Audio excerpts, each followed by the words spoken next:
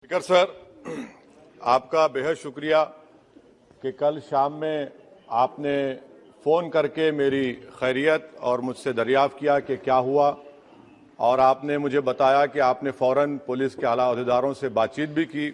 मैं आपका बेहद शुक्रिया अदा करता हूं कि आपने अपनी संवैधानिक जिम्मेदारी को एक रुकने पार्लिमान की जान पर जब कातिलाना हमला किया गया टोल गेट पर, आपने उस बात की। मैं आपका शुक्रिया अदा करता हूं। स्पीकर साहब, मैं मुख्तसर से यहां पर यह बात कहना चाहूंगा कि मुख्तलिफ सियासी पार्टियां मुख्तलिफ प्रदेश में इख्तिदार पर हैं।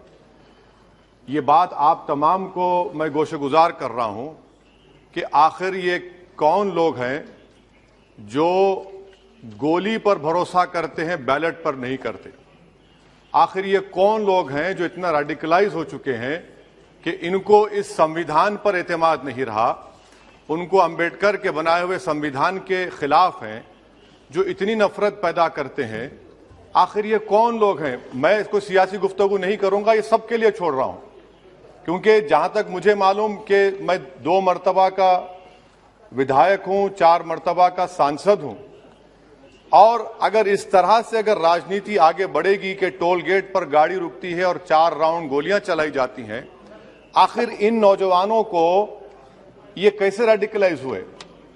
और मैं सरकार से पूछना चाहता हूं कि क्या उन्होंने ये रेडिकलाइजेशन सैयद कुतुब की किताब पढ़कर रेडिकलाइज हुए, अब्दुल्ला अजाम की किताब पढ़कर रेडिकलाइज हुए, या अयमन अल ज़ोहरी की किताब पढ़कर रेडिकलाइज हुए?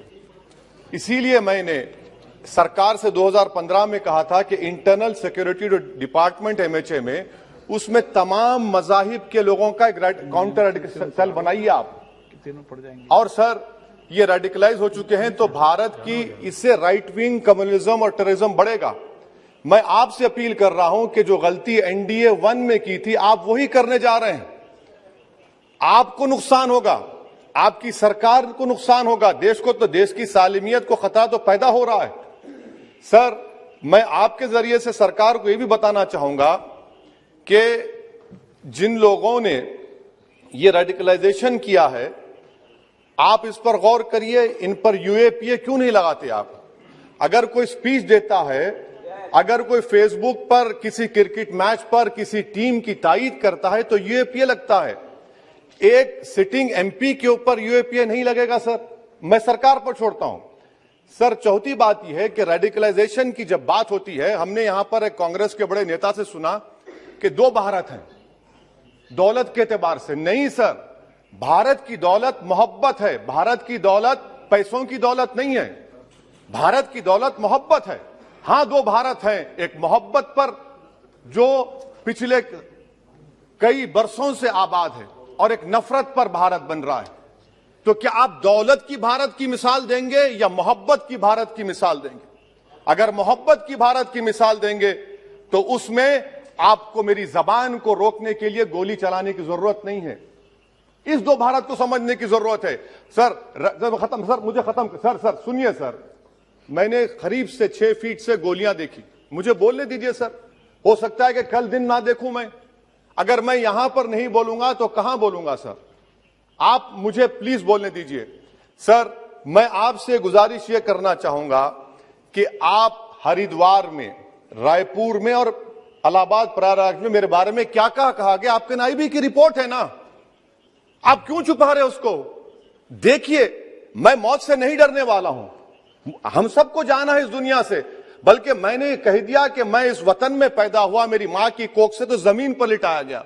जब मेरी आंख बंद हो जाएगी तो इंशाल्लाह औरंगाबाद की जमीन मुझे दफनाया जाएगा। मगर मैं आपसे अपील करना चाह रहा हूं सरकार से सर, कि जो कुछ बातें की गई हैं उसको देखिए। मैं Z कैटेगरी सिक्योरिटी नहीं चाहिए मुझे, मैं हरगिज नहीं चाहिए मुझे। मैं 94 से पॉलिटिक्स में हूं, मैं आजाद जिंदगी गुजारना चाहता हूं। मैं घुटन के साथ जिंदा नहीं रह सकता इस दुनिया में। मुझे जिंदा रहना है तो अपनी आवाज उठाना है, मुझे जिंदा रहना है तो सरकार किसी के उनके खिलाफ बोलना है, और अगर गोली लगती है तो मुझे कबूल है, मगर मैं घुटन की जिंदगी नहीं गुजार सकता सर। मेरा मानना यह है कि संविधान में अगर देश के गरीबों को, मजलूमों को, अल्पसंख्यक समाज को सिक्योरिटी मिलेगा तो मुझे मिलेगी। आपकी चिंता हमें है ना सर, मैं सिक्योरिटी दे रहे हैं सर, आपको नहीं सर, देश के गरीब बचेंगे तो मैं बचूंगा। ओवैसी की जान इखलाक पीलू से बढ़कर नहीं है सर। ओवैसी की जान उस वक्त बचेगी जब गरीब की जान बचेगी।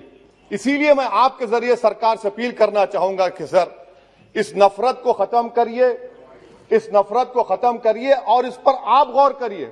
मैं नहीं लूंगा सिक्योरिटी, मैं जेड कैटेगरी नहीं चाहता हूं सिक्योरिटी। मुझे ए कैटेगरी का शहरी बनाइए आप, मुझे एक कैटेगरी का शहरी बनाइए ताकि मेरी और आपकी जिंदगी बराबर हो।